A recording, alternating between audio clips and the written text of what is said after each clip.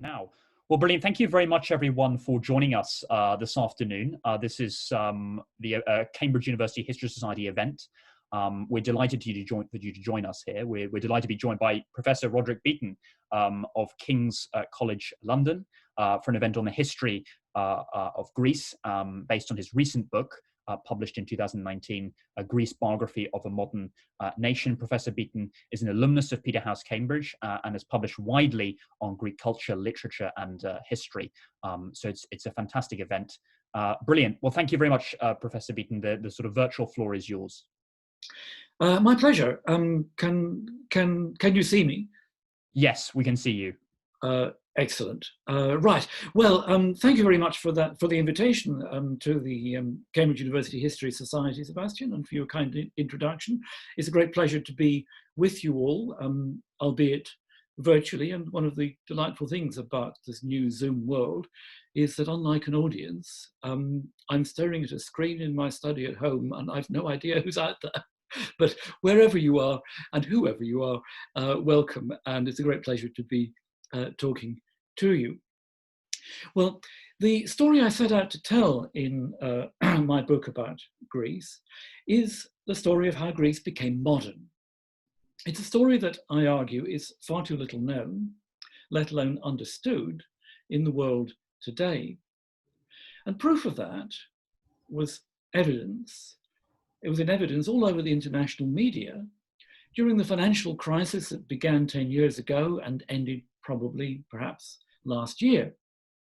During that time, particularly at the beginning, commentators and cartoonists all over the world enjoyed poking fun at the hapless and incompetent heirs of a once great civilization.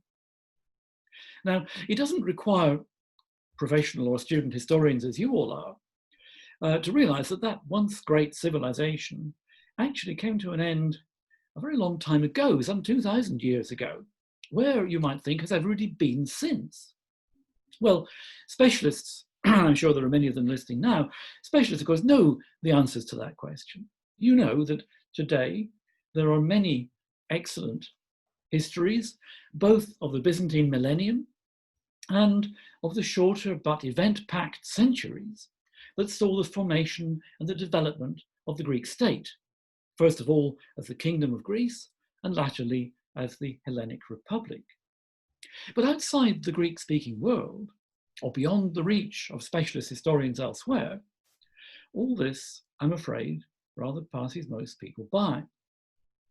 Now, I fear that one of the reasons why so many people outside Greece make such negative, there they are, and in many ways unfounded assumptions about the Greek state and its people, is an unintended consequence of the very success of the Greek national project ever since the revolution against the Ottoman Turks that began almost exactly 200 years ago in 1821. During that revolution and its immediate aftermath, Greeks and their foreign supporters brought off an extraordinary sleight of hand. They convinced the rest of the world that the new nation state that we now call Greece was the direct revival, the restoration, resurrection even, of the ancient civilization that all educated Europeans at that time, and many still, look back to as the cornerstone of their own. It was, of course, nothing of the sort, but it was enough to convince some of the most conservative regimes in the modern history of Europe to embrace Greece as the newest addition to the concert of nations. Going back to the ancient past resonated powerfully at a time when the great powers of Europe were determined to restore as much as could possibly be restored of the world as it had been before the French Revolution of 1789 and the Revolutionary and Napoleonic Wars that had followed it. For all the setbacks and tragedies that have accompanied 200 years of state building, the simple overarching truth is that in the case of Greece, the process has been overall a resounding success.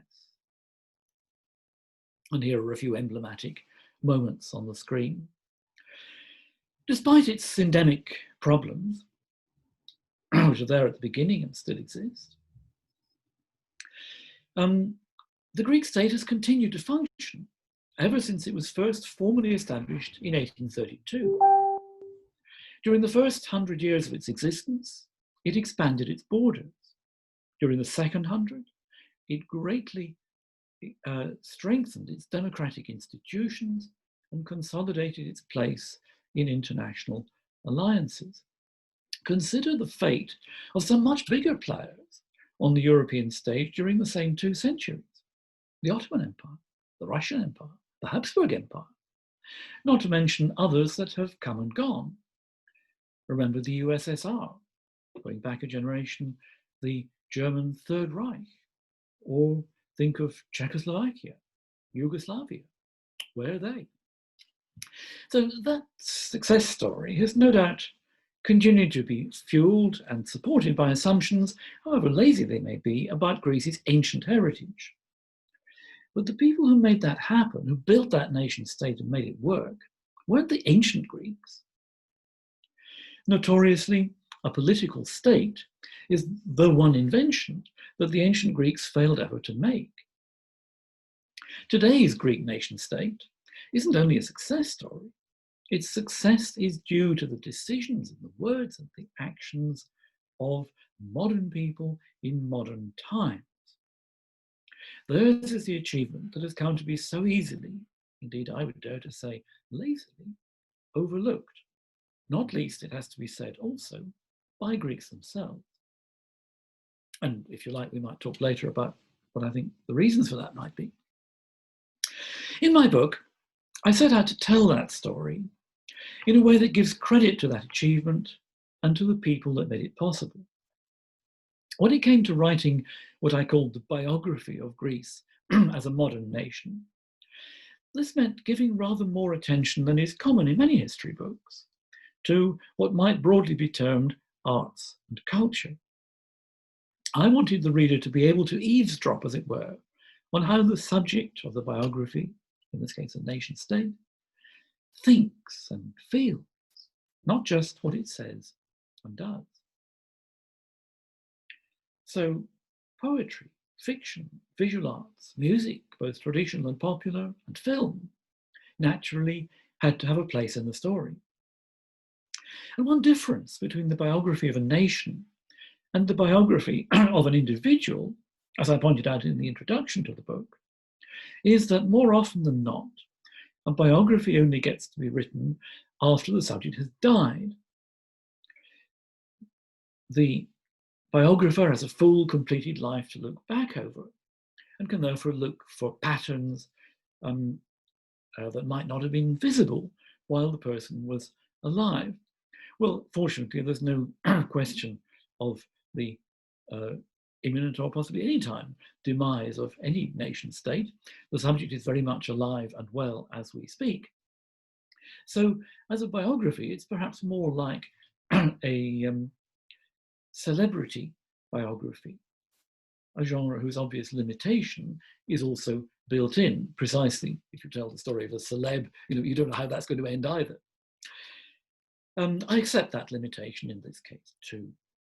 And because try as any historian does to discern patterns that may shape the future, all that we can ever know is the past. So for the same reason, I argue, a biography is always a biography. I don't know about you, but I'm always very skeptical of books that claim to be the biography. After all, provocative thought for historians, the past is always changing, isn't it? Well, the Greek state has a clear beginning, or rather a series of beginnings. This one is an event that almost certainly never took place, but as you see at the top of the screen, there's a clear date attached to it, and this date still to this day is one of 2 national days of Greece. March 1821, the start of a revolution that would bring that state into being. In February 1830, an international protocol established for the first time that there would be an independent Greek state. I think that's a key date and usually overlooked, even sometimes by specialists. Finally, still in the series of beginnings, in May 1832, the frontiers and the form of government of that new state were set out by treaty. From that time on, Greece existed on the map as a political state, something that had never been the case in all the recorded history of the land and its people. And it was a new kind of state too. Whereas, are you all right, Sebastian? There's something seems to have happened on your screen. No, I think there was no. I think that's just some of the background noise. No worries. I'm sorry. What I'll do is I'll put myself on mute. Don't worry. As I say, yes. So there was there it is on the map, and it's the first time in 3,500 years of recorded history of the Greeks and of Greece. And it was a new kind of state. It was the first nation state.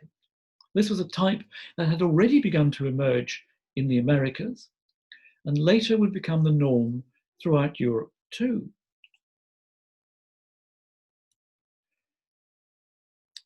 But Greece was the very first new state on the national model to be created and internationally recognized in Europe after the Napoleonic Wars. And I've given you a sample list of some of those that followed.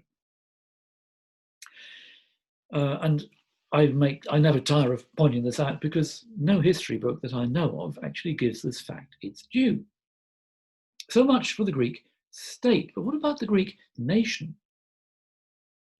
If by the Greek nation we mean speakers of the Greek language, then it can be argued, and certainly has been, that that nation has existed ever since the earliest surviving records of the language. Back in the 1850s and the 1860s, when Konstantinos Paparrigopoulos, on the screen there, was writing his monumental history of the Greek nation in Greek, that meant ever since the time of Homer, Hesiod, and the founding of the Olympic Games in 776 BCE. Since the decipherment of Linear B in 1952, we know that the recorded history of the Greek language goes back another 6 or 7 centuries before that to the late Bronze Age. Is all this long span, then, to be considered the history of the Greek nation, as Paparrigopoulos, the kind of father of Greek history in modern times, and his numerous successors have presented it? Well, of course, it all depends what you mean by a nation. Paparrigopoulos himself had a deceptively simple answer. As he wrote in 1853, and you have it on the screen there, the Greek nation is a name for all those people who speak the Greek language as their own tongue. It's deceptively simple. If you define a nation like that, then fair enough, everything else follows. But for the purposes of this book, I chose a narrower and more self-limiting definition. According to this, all nations, in the broad sense that we understand the term today, are built upon a series of ideas that emerged during the second half of the 18th century, and particularly those of Jean-Jacques Rousseau and Johann Gottfried Herder. No one has done more than the late Anthony D. Smith to define and to refine this way of understanding the nation as a concept. And I've put on the screen there his one of his several proposed definitions of a nation. I don't think I need to read it out. You can read it on the screen. So to come back to my earlier question, when did the Greek nation, defined in these terms as a specifically modern phenomenon, rather than simply speakers of the Greek language, when did that Greek nation begin? Well, you won't be surprised if I tell you that I believe it was the second half of the 18th century, because that was precisely the time when the idea of the nation was itself taking shape in the Western world. Greek thinkers took part in that process in a movement that has come to be known in more recent times as the Greek Enlightenment. And it was during the 1790s that the Greek word ethnos, which has a long history of usage in varying senses, began fairly systematically and for the first time to be applied to the Orthodox Christian Greek-speaking population of the Ottoman Empire and of some other places in the modern sense of the word nation. The nation, unlike the state, begins as an idea, and up to a point, except to the extent that it becomes subsumed into the reality and the institutions of a political state, it remains an idea. This was the idea that the veteran fighter in the Greek Revolution and later Prime Minister Ioannis Kolettis tried, not very precisely, to put before the members of the assembly that had been charged with drawing up Greece's first constitution since independence in 1844. Later versions of what he said are more eloquent and perhaps more evocative, but so far as anyone can tell, this on the screen is what Kolettis actually said in Greek in that much quoted speech of January 1844. I'm not going to read it all to you, but just to direct you to the highlighted phrase, which kind of peeks in rather unobtrusively towards the end. This grand idea, which he defines in terms of the fate, not just of Hellas, that is Greece, but of the Hellenic race, as he puts it in the language of the time, Greek people, or as we would say, the Greek nation, wherever they might be. Kolettis didn't really invent that grand idea, megali ιδέα is the Greek phrase. The idea had been around since at least the time of the revolution, but this speech by Kolettis has been remembered ever since as a touchstone for a way of thinking that would dominate the political life of the Greek state and of many Greeks living far beyond its borders throughout the first century of that state's existence. The nation, if you like, was the grand idea. And on these two maps taken from my book, you see on the left an indication of the widely dispersed Greek nation right through to the end of the 19th century. Whereas on the right, you can see, it's not terribly clear on the slide, but in different colored shading, you can see how the Greek state expanded its borders during the 19th and 20th centuries. But the grand idea was the idea, it conceptually turned the disparate population of some 3 million Greek-speaking Orthodox Christians spread right throughout the lands on the left part of the slide, and many others established elsewhere, into something resembling a political community. Citizens of the Greek state in 1844 numbered fewer than 1 million. The wider Greek nation, loosely defined by the grand idea, numbered 3 times that many.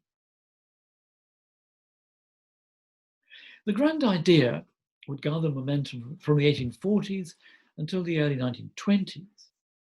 And it was, in a nutshell, the idea that all those Greek-speaking Orthodox Christians constituted a nation, and secondly, that the strategic goal of the Greek state must be to expand so as to bring as many of members of the nation as possible within its expanded borders.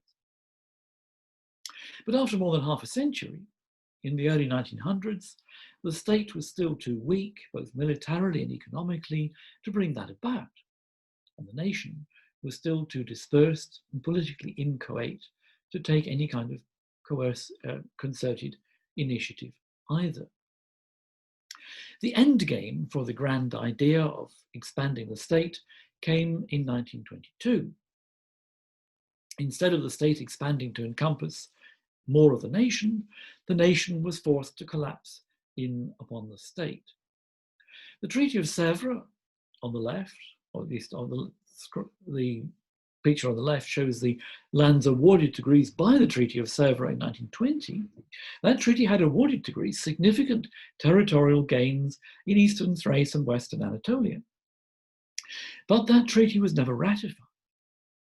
Instead, a Greek expeditionary force in western Anatolia was sadly beaten by the newly formed forces of Mustafa Kemal, later known as Atatürk, the founder of the modern Republic of Turkey. Instead of the Greek state expanding towards the expanding eastwards to incorporate the dispersed Greek nation in eastern Thrace and in Anatolia, a new Turkish nation state was founded in 1923. And there you see the traumatic event in September 1922, when the city of Izmir or Smyrna, it then actually had a majority Greek-speaking population, went up in flames. So the result was that almost all Greeks whose ancestors had lived for centuries in Anatolia and eastern Thrace were expelled within the borders, to live within the borders of the Greek state. More than 1 million refugees flooded westwards. From that time until the 1990s, the Greek nation and the Greek state coincided more closely than they ever had before. Even then, they were not quite identical, they never have been. And they've begun to diverge somewhat too. Since the end of the Cold War in 1989, inward migration has begun to change the picture within the Greek state, while emigration across 5 continents since the 1800s has created flourishing Greek communities on every inhabited continent.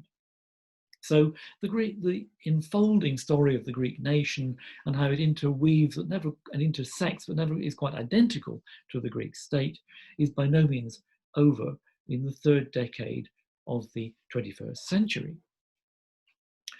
I'd like to move now to the final part of this talk with some reflections on the decade of financial and social crisis in Greece that began in 2010 with fallout from the global crash of 2007 to 8. And when I gave titles to each chapter of my book, each one reflecting a stage in the life cycle of an individual, I couldn't resist midlife crisis for the final one, though I did add a question mark.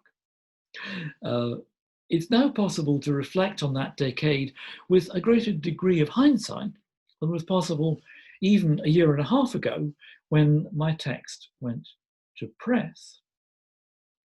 Between 2012 and 2019, in no fewer than 5 general elections and 1 referendum, Greek voters tried every possible democratic route to solving their crisis.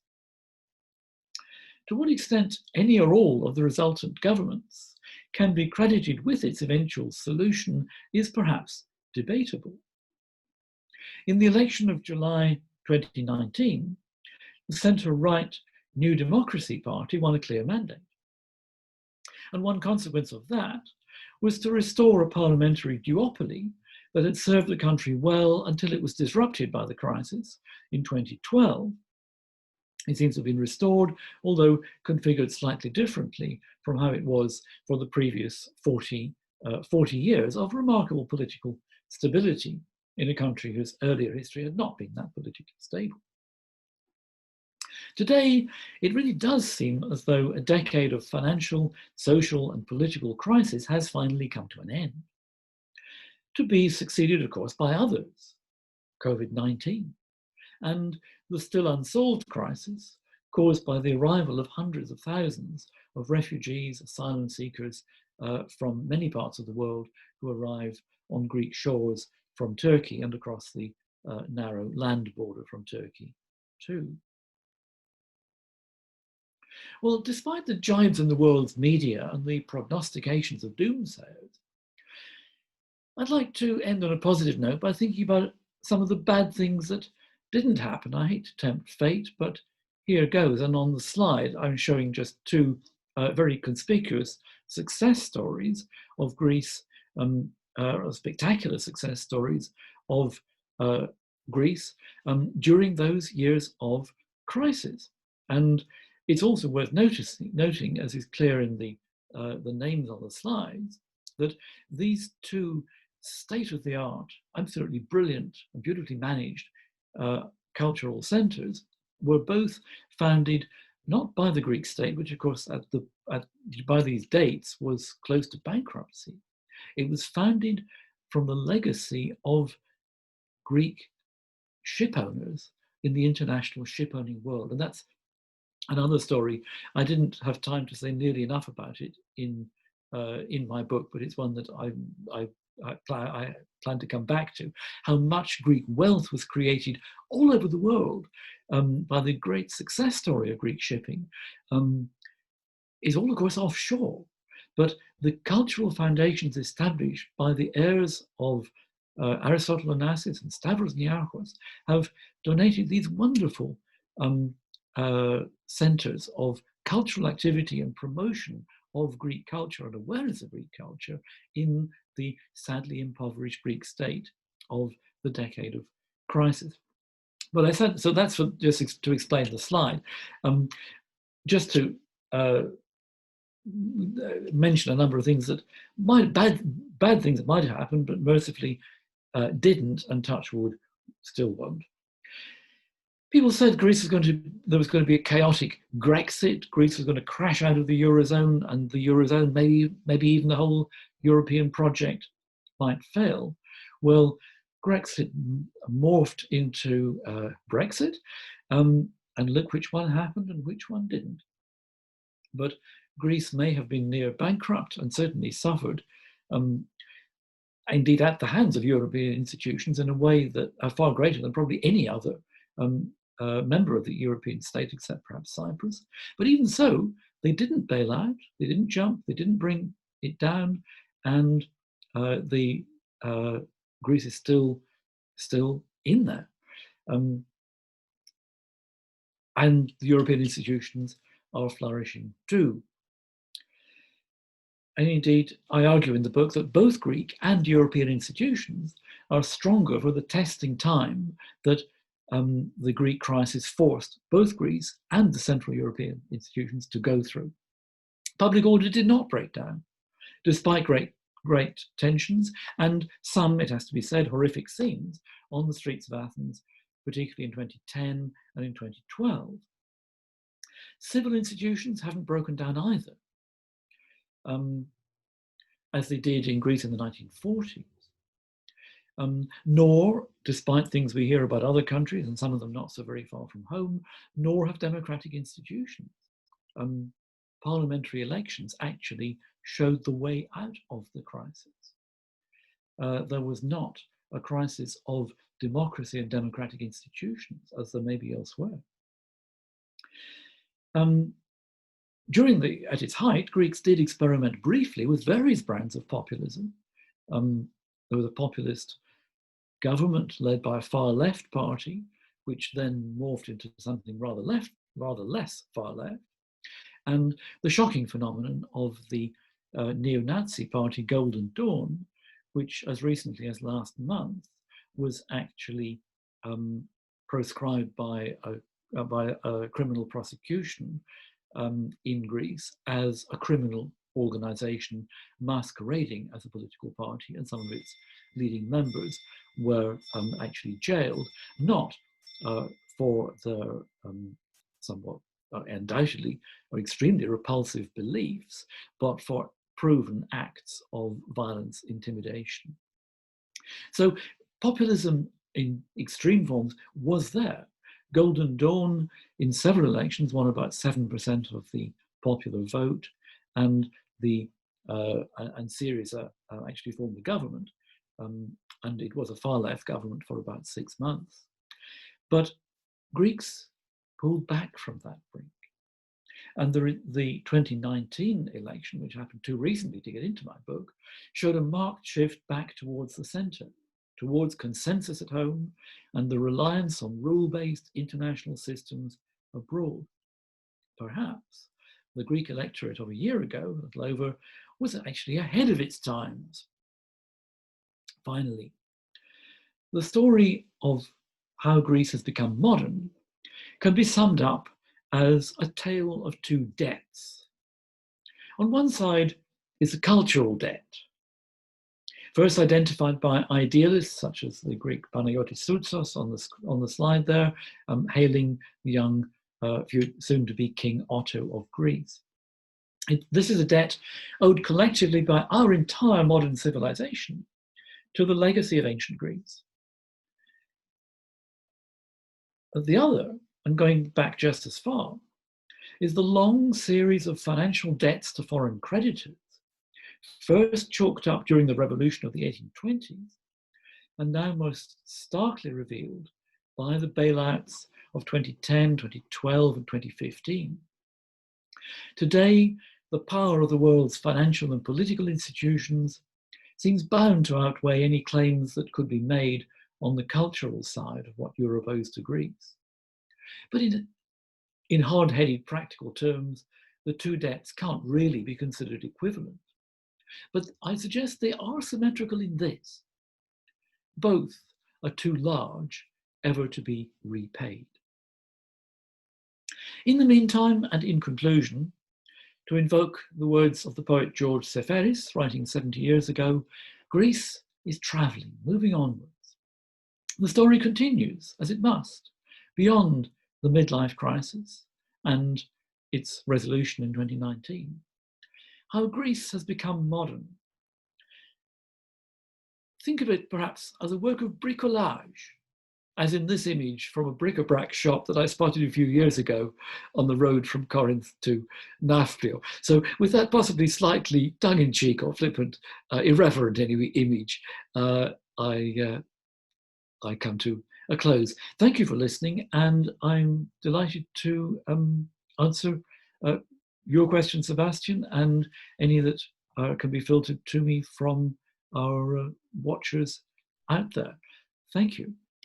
Brilliant. Thank you very, very much, Roderick, for such an engaging talk, and positing some opinion on the connections between the creation of a modern state in the 19th century and obviously the crises that have dominated Greece in the 2010s very recently. Just a couple of points of housekeeping. If you say housekeeping on Zoom, would really encourage you to sort of ask your questions. And the way you can do this on this function is to raise your hand virtually through the chat. I'm conscious that should work, so please do that. If that's not working for whatever reason, unmute yourself and ask the question. We'd really encourage that. I'm going to ask a few general questions to get the discussion rolling, but please do that. Please engage. It's always great to have your questions. Well, brilliant. Well, I just want to touch back on the point raised. The early 19th century. As you say, around 200 years, coming up 200 years ago. And the sort of the obsession, not obsession, but the focus of British Philhellene sentiment and how that dominated British foreign policy, most notably with George Canning and the support given towards Greece in their struggle for independence. I mean, how can that phenomenon best be explained, British Philhellene sentiment, and how the extent of that and why that played such a key role in dominating British foreign policy in the early 19th century, why that was such a powerful sentiment? Yeah, I mean, it's not, for one thing, it's not just Britain. I mean, Philhellenism is an international phenomenon, and basically pretty well every country in Europe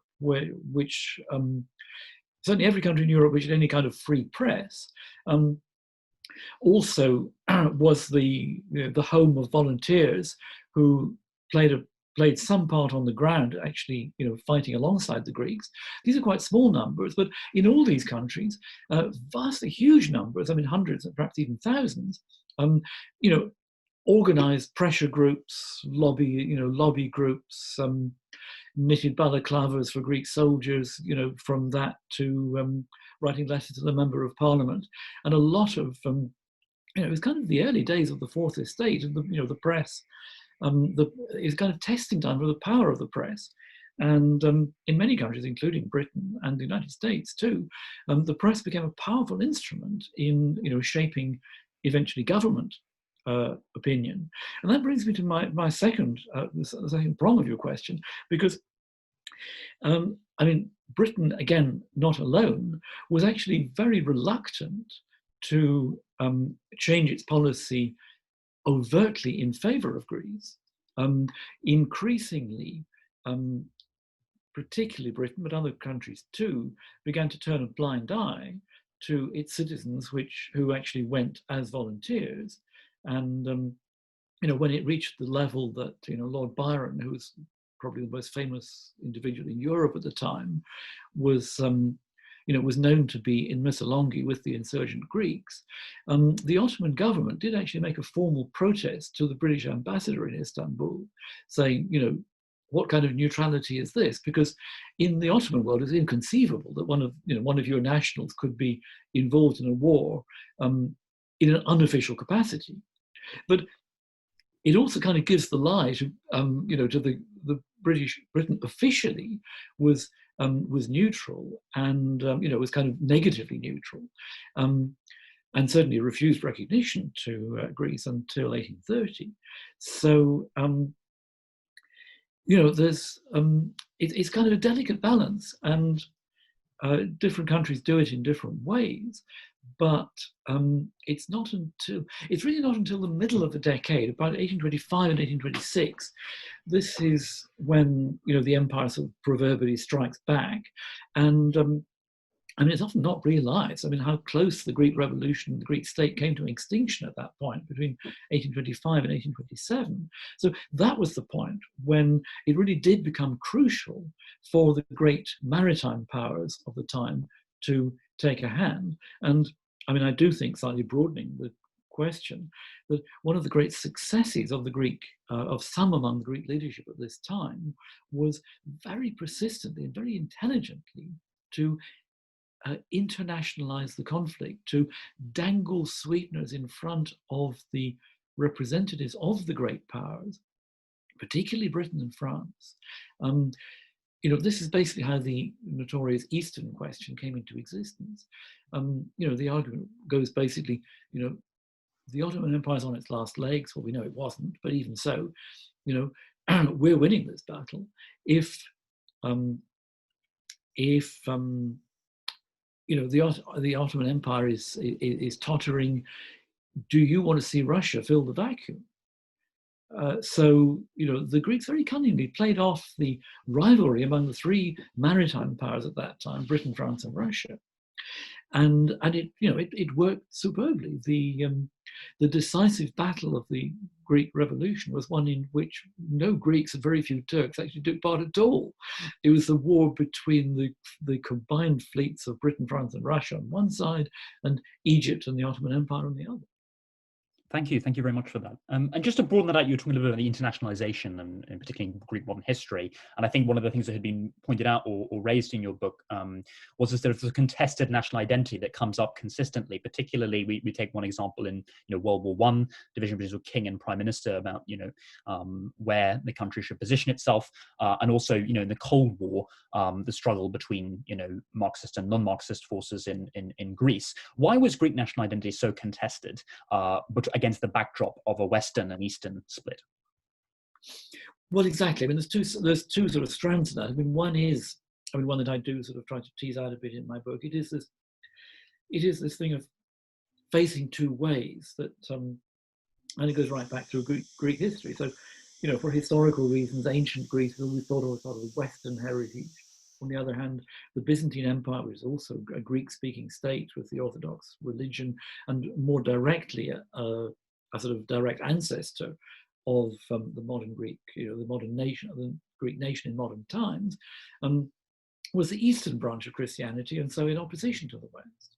So there is a kind of, almost from the very beginning, even before the state existed, there's a kind of almost split personality that the classical heritage connects to the West because that's where it had its greatest reception. The Byzantine heritage and the religious traditions of the Orthodox Church look towards Russia and Eastern Europe, and in distinction to the West. So that sense of belonging, being on the cusp, belonging to, it's either, people often say is it either or, and I try to argue that that actually it's both and, that it is a division, it is a split, but it's not really between sections of Greek society or Greek public opinion. It's a split that in a way goes through every community and perhaps even every individual, that in varying proportions, communities or individuals, and possibly not even in a fixed ratio, might identify, might move sort of more eastwards or more westwards in the way they look at different times. And the other split that gets sort of mapped onto that at the beginning of the 20th century, that leads to this violence, we always call it a schism in Greek, but it's, I mean, not to mince our words, it is really a civil war. Greece experienced civil war during both world wars, not just the second. The way I read that, I mean, it's always presented as being a split over policy in the given, Greek neutrality. What should the policy be? Do you join one side? Well, nobody really wanted to join with Germany and the Ottoman Empire, but do you join the Entente, Britain, France, and for a time Russia, or do you insist on neutrality? And that was the great split between the Entente or neutrality. But I mean, I believe that fundamentally, and why passions became so inflamed about it, was that in a way nobody cared that much about any of the belligerents in the World War. It was about Greek identity fundamentally, and was the overriding imperative to preserve the borders and the integrity of the Greek state, or was it to uphold the claims of the Greek nation, which was much more widely geographically diffused, but involved at least the possibility of taking much greater risks in order to extend in order to have the possibility of bringing more of the nation within the boundary of the state. And of course, tragically, in the outcome, both sides of that divide lost. Mm-hmm. Thank you very much for that. And before I open up to the floor more broadly, a final question from me on the transition to democracy in 1974. And actually, of course, that it forms part of a kind of a wider phenomenon in Southern Europe. Obviously, at that time, Spain and Portugal were also experiencing transitions to democracy. And of course, in the case of Spain, most prominently, it was an exceedingly fragile transition. It was at no point assured that democracy would be set up and sustained. And of course, at many points, it faced quite violent challenges. I'm thinking of that famous scene where the guns went off in the parliament in Spain, the coup. I mean, how fragile was the transition to democracy in Greece, to the Third Hellenic Republic? And are there very clear parallels between the transitions in Portugal and Spain that we can use and to understand the transition to democracy after the military junta in 1974? Sure, yes. I mean, there are a lot of parallels. I mean, it's. I think the reasons for the collapse of these three dictatorships almost at the same time are probably must be really contingent. But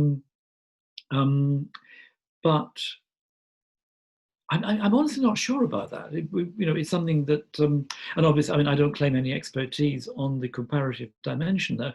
But I know people have done, much more, done detailed comparative work along the lines you indicate, comparing what was happening in Portugal and what was Spain. Portugal, I think, just before, and Spain just after.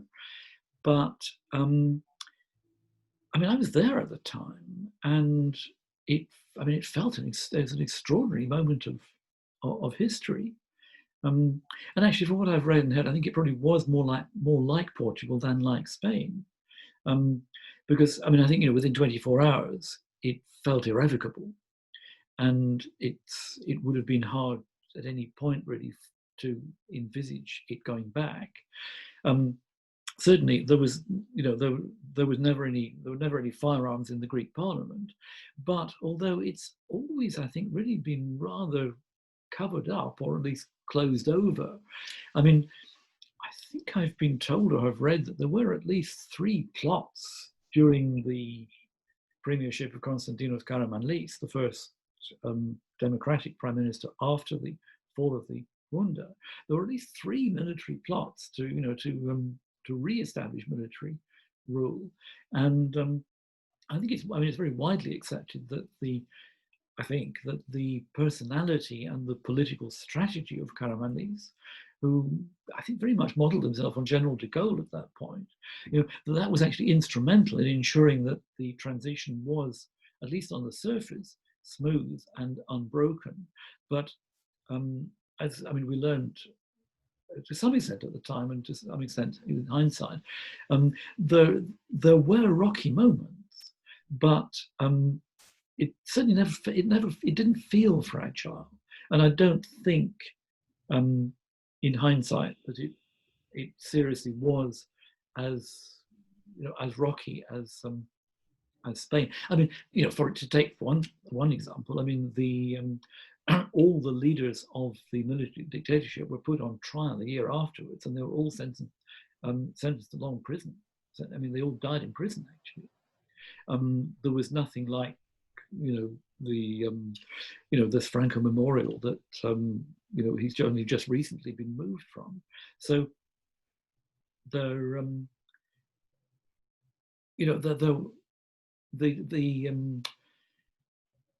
while I'm not sure that Greeks were necessarily unanimously opposed to the Junta at all times during it, but during its final year, after the suppression of the violent suppression of the demonstration at the Athens Polytechnic in 1973, it really had run out of political road, and very few people, I think, were ever really nostalgic for it. Where at Spain, it does seem to be a different story. Brilliant. Well, thank you very much for that, for answering my questions. And now, very happy to open up to the floor. And I think we have 2 questions ready and waiting. I think the first question is from Thomas.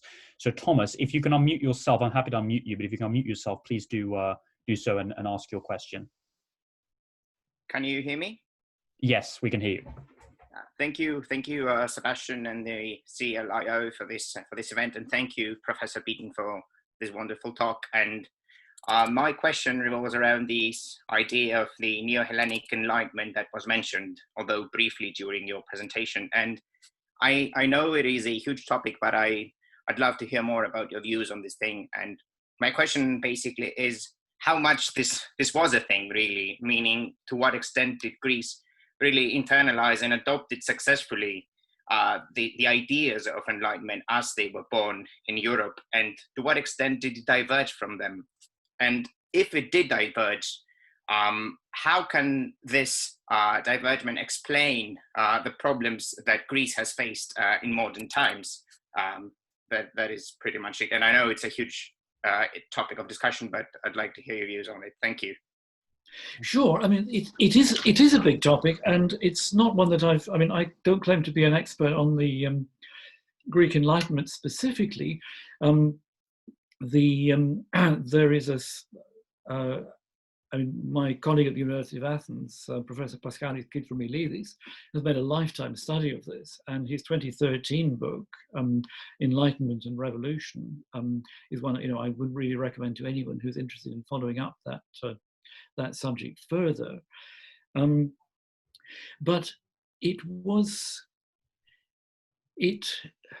didn't lead, and it didn't call itself an enlightenment. I mean, the actual term enlightenment really was, I think, was first used in the 1940s when modern scholars began to appreciate its significance. But what happened was that there was a significant elite of highly educated individuals living within the Ottoman Empire, who were Greek speakers, who had benefited from a Greek education, and who knew lots of languages. Many of them studied abroad at universities, particularly in Italy, and they avidly translated pretty well everything that they could get their hands on, and then they transmitted it in their own language. So there was a highly educated, it's quite small, but it was a very highly educated elite. In terms of its ideas, it followed very much, as I say, it didn't lead. I don't think there are any particular, you know, you talk about the French Enlightenment or the Scottish Enlightenment or the German Enlightenment, and I don't think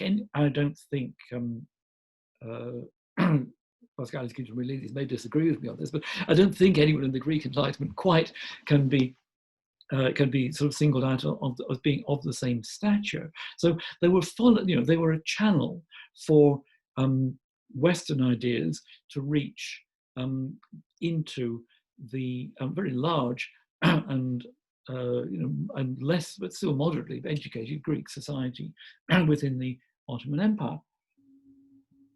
But their most important discovery, I think, was in a sense a local one, because translating what Westerners wrote about ancient Greece, and also to some extent about Greek lands in their own time, these Greek thinkers, they were adopting the ideas and the ways of thinking and the secular approach and all of that of the Western Enlightenment. They particularly honed in on the history and geography of their own lands, on their own history. So this was when they discovered that all these foreigners are talking about people called Greeks, who are at the same time, the founders of a civilization that the Western Enlightenment really, sets on a great pedestal. As Diderot writes in the French encyclopedia, civilization really does begin with the ancient Greeks.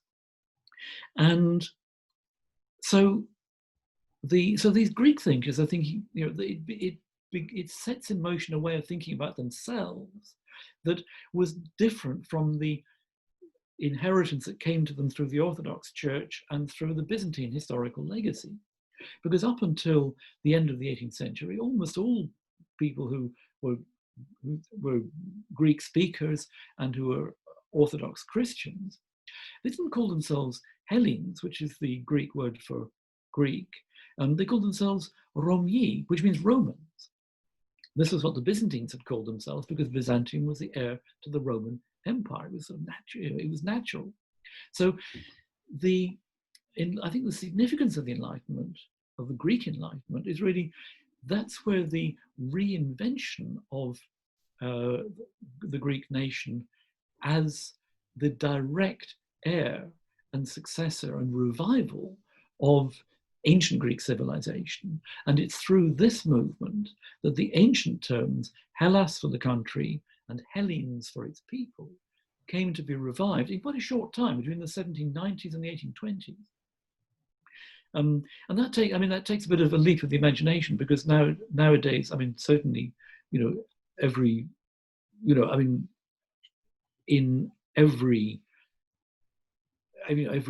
I think every Greek is proud of in Greek we say "Είμαι Έλληνας," but the informal term for a Greek, up until quite recently, and perhaps even today, was not Έλληνας but Romios. Romios meaning Roman. It doesn't appear in any official document. It doesn't go on your passport or anything. But when Melania Mercouri, the star of Never on a Sunday, who then became Minister for Culture and made her great pitch for the return of the Parthenon sculptures or Elgin marbles, she was deprived of Greek citizenship by the Greek junta. And she came out with this wonderful, she was also a singer-songwriter, she came out with this wonderful singer, Είμαι Romia. How do you translate that? It means I'm Greek. But it's the informal, traditional, sort of, folksy kind of way of saying I'm Greek. You can take away your passport, which says Hellene, but you can never take away the sort of inner essence of being Romios if you're male, Romia if you're female. That's a rather long answer to your question, Thomas. I hope that covered what you wanted to know. It did. Thank you very much for this. Thank you very much, Thomas, for that question. I think we've got another question from Luca in the chat. Luca, if you can unmute yourself and ask the question. Thank you. Yeah, here we are. Can you hear me? Yes, we can hear you. Yes. Thank you. I apologize for being just a voice coming out of a black box. I truly appreciated your presentation, and I especially appreciated the longue durée approach that you gave to not just your presentation and to your work, but to all your answers, spanning and connecting across centuries the dynamics of modern Greece. I particularly also appreciated how you found and underlined the translocal links that exist between the modern Greek state and the Greek nation at large across the Mediterranean and beyond. My question links to these two elements and to partially the conclusion of your previous answer. During the 19th century and 20th century, Greeks came under Western colonial dominations in at least 3 separate territories: in Cyprus, in the Ionian Islands, and the Dodecanese. My question to you is this: have you seen, have you experienced, understood how this asymmetrical subalternity that the Greeks suffered by the hands of their Western peers, because diplomatically the Greek state, of course, and other European states were sitting at the same table, so to say. How is this subalternity has been rationalized or digested in modern Greek historiography? And let's say in the more general sense, how is it interpreted? Is it still relevant today? The fate of those Iridan territories, is this still relevant in modern Greece today, in modern Greek memory? Thank you very much. It's a really good question, Luca, and thank you for that phrase. I was trying to remember it. I think that describes it rather well. I mean, if I can just go off on a slight tangent for a moment, the other kind of colonial experience in which Greeks find themselves in the 19th century is when they go out as emigrants to become part of mainly the business elite of Western colonies, particularly the British Empire, but also in Egypt, under British rule in various forms, Sudan. And I just heard recently that someone is doing work on Greeks in Eritrea, in the Italian colony in Africa. So in all these cases, and to some extent also in 19th century America, maybe even slightly in Australia, where Greeks begin to go in the end of the 1940s, but it's still the white Australia policy. But there's, it's often said, I don't think much work's been done, but it's interesting that people are looking at it. Greece was never in a position as a state to colonize anywhere else, but Greeks as individuals do take part in the colonization by others of third world countries. And there's particularly some work I read on Greeks in Egypt. It's often said that the Greeks form a kind of bridge, because the Brits look down on them, but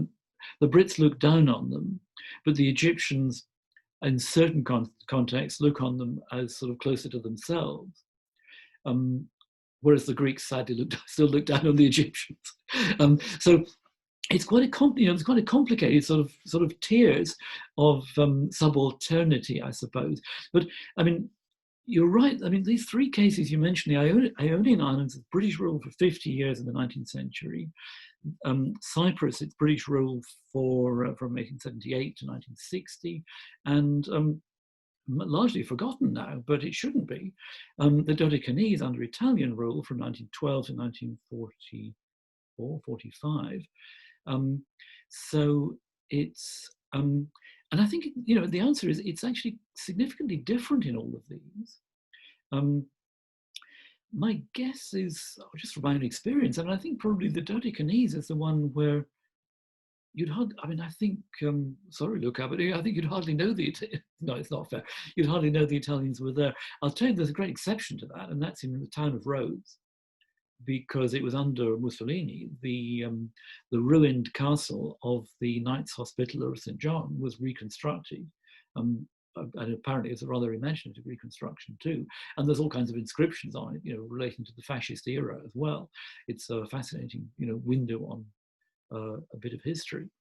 But in terms of, you know, the way of the life of the islands, the way they're organized, I don't get a sense that there is a great sense that it was once, you know, it was once colonized. In the Ionian Islands, there is definitely, I mean, there's much more of a cultural tradition, because long before the Brits were there in the 19th century, it's the Italians again, Venice, you know, colonized those islands for hundreds of years. And I think the Venetian element is much stronger. You can possibly, I mean, you can even hear it in the language, you can certainly hear it in the music. But I don't think there's, but I don't think it, you know, I don't think it's left a sort of colonial, I wonder how deep a colonial legacy it has left. But you're absolutely right to highlight that, you know, the experience of the peoples of those regions is different, because they, well, in the Ionian Islands, they were never ruled by the Turks. In the Dodecanese, of course, they were before, for a long before that. And then the most interesting of all is Cyprus, where the troubled legacy and the complex situation of the Greek Cypriots and their relationship to the Turkish Cypriots is very much an unresolved business at the moment. So thank you for the question. The answer, I fear, is a rather open-ended one. More work required on that one. Thank you very much for your answer. The best answers usually are open-ended in history. Thank you. Thank you very much, Luca, for that. Actually, on the point that was raised in that, actually, particularly the experience of Greek Cypriots, I'd like to broaden it, the question out a little bit to basically the sort of dominant feature of Greek-Turkish relations in the 20th century. You know, the fact that these periods of reconciliation and severe distrust, you know, and particularly examples such as, you know, the expulsion of Istanbul Greeks, you know, the pogrom in 1955, obviously the Cyprus issue. You know, what do you see as the kind of the zenith of Greek-Turkish relations and the nadir of Greek-Turkish relations, and why have they been such a dominant, and as you point out in your ending to that question, such an unresolved issue in the modern Greek nation? Yeah, I mean, just to clarify, it was all the, strictly speaking, Orthodox Christians of Anatolia and Eastern Thrace that were expelled. The Greeks of Istanbul were not expelled. They were an exception, one of a small number of exceptions to the compulsory exchange of populations. They left, in inverted commas, voluntarily, but in pretty short order after the event that you referred to. It is often called, as you called it, a pogrom. It was an orchestrated wave of violence that swept through Istanbul when almost all the surviving Orthodox churches of the city were set on fire in September 1955, which was clearly government sponsored. And the reason for that was because of the very recent antagonism between Greece and Turkey that had been roused by the campaign of the Greek Cypriots for a union with Greece and the attempts by the British colonial rulers to deflect that. So it kind of goes in waves. I mean, 1919 to 1922 and 23, with the exchange of populations, that's the time when, after the revolution, Greeks and Turks actually fought one another. And I mean, rather strangely, if you like, both, I mean, Greece and Turkey are probably the only two countries I know of that each commemorate fighting a war of liberation against the other. Because the Greeks in the 1820s fought against the Turks in the 1920s fought against the Greeks, who were the occupying force in Anatolia. So, you know, that was 1919 to 1923 was the nadir, and it's never been quite that. It's never been that bad again. But thereafter it went in waves. I mean, Venizelos, after the refugee, after the settling of the refugees, was remarkably successful in normalizing relations with Ataturk's new Republic of Turkey in 1930.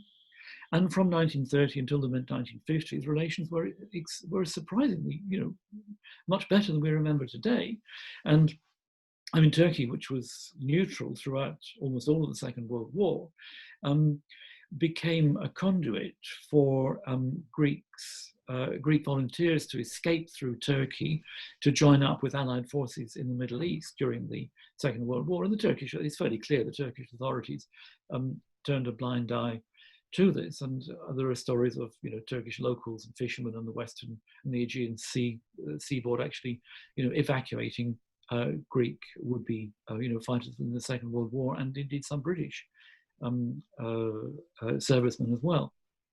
So the best relations were between 1930 and 1955. There's a new low during the Cyprus crisis. A brief rapprochement when that was resolved in 1959 was the arrangement that led to the independence of Cyprus. But then the Cyprus constitution was a kind of non-starter, and it broke down 3 years later in 1963. In 1963, in 1964, in 1967, and 1974, there were flashpoints in Cyprus which came very close to leading to an all-out war between Greece and Turkey, the two by that time NATO allies. And each time it took quite determined American intervention to prevent that from happening.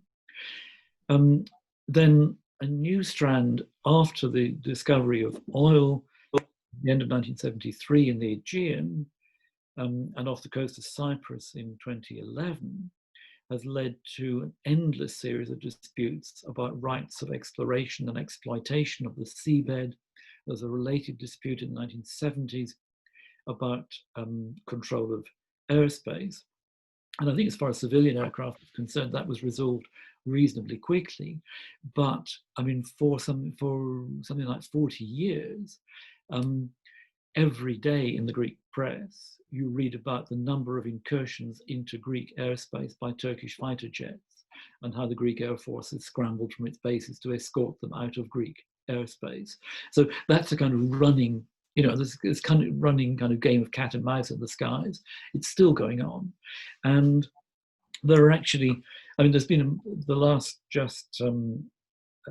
few months, there's been a noted deterioration again with the rather expansionist plans, Erdogan's grand plans to, with his Libyan allies, to parcel out, whole zones of control in the Eastern Mediterranean, which are very strongly contested by Greece, Cyprus, Israel, and I think Egypt, as well as international institutions. So, I mean, but even then, it hasn't been, it's had its ups and downs. There was the famous episode at the end of the 1990s when very severe earthquakes struck first Turkey and then Greece, and volunteers from each country went to help the rescue operation in the other country. What they called earthquake diplomacy was really rather successful for several years. And for the first 7 or 8 years of the 21st century, actually, things Turkish were very popular in Greece. Greeks went to Turkey on holiday. It was almost unheard of before then. Turkish soap operas were dubbed into Greek, and some of the most popular viewing on Greek TV. And there was a great nostalgia for aspects of Greek life under the Ottoman Empire, indeed. So it's fluctuated. Thank you very much for that. And obviously, I'd remind you, put your hands up in the chat if you'd like to ask a question. I'd bring to a close with a final question, a very modern question about, as you mentioned in your talk, the rise of extremes in the wake of the debt crisis, and obviously, there's always been that association in Europe between periods of economic crisis and obviously the rise of populist parties. But I guess in Greece, it was quite a troubling one in the sense that you had this party, this group, Golden Dawn Dawn, which was, I mean, exceedingly extreme, far more so than some of the other we call mainstream right-wing parties in Spain, admittedly quite late with Vox, and obviously in Italy and other countries, very extreme, with neo-Nazi links. For that party to get 7% of the vote at its peak and to win seats in both Parliament and European Parliament, yeah, it's quite a troubling thing. And obviously, even we talk about the party New Democracy in a way. I mean, I don't want to open up a Pandora's box of getting to that, but just as a way of maybe charting this middle course between the left and the right. But equally, there being a lot of troubling rhetoric about immigration and sort of taking back Greek cities that had been sort of ravaged by immigration. How does modern Greece assimilate the rise and fall of a party like Golden Dawn in that national story? It's something very troubling in many respects. So how does it deal with that? How does it come to terms with the fact that existed as a potent force in the wake of the debt crisis? Well, I mean, in two ways. I mean, one is through the ballot box. I mean, in 4 elections between 2012 and 2015, 2015, Golden Dawn got a very consistent 7% of the popular vote, which indeed set alarm bells ringing, everywhere. But they didn't reach the 3% threshold to get into Parliament in 2019. And by that time, Syriza, which had become the governing party, had not entirely consistently and a bit erratically, but it had morphed from being far left to being pretty much the new version of the previous centre-left PASOK party, which had been a party of government for decades. And New Democracy, I mean, like any big party, it has its populist elements, its populist wing, and I mean some of those have split off and then sort of reallied in coalitions. But the current leadership and the current style of New Democracy seems to me closer to the centre right than the sort of right that it had been under some previous leaders. So yes, I mean the political, Greeks have, at least so far, swung back towards the political consensus, the political centre through in successive elections. And I have heard it said that one of the success stories about how Greeks coped with the crisis was that actually they kept having elections. Because governments weren't stable, the electorate did have a say, and because governments therefore changed, because there were huge differences in governments, that basically every possible political choice was tried. None of them really sorted it, but so the electorate really did have a chance to change things, and therefore democratic institutions come out on top, come out best. But the other strand to the specifically Golden Dawn story is that it was, it goes back to 2015, and I think it was political figures who are now in the government.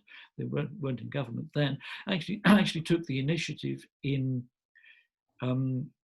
pursuing the route of criminal justice to investigate the nature and alleged actual criminal activity of Golden Dawn.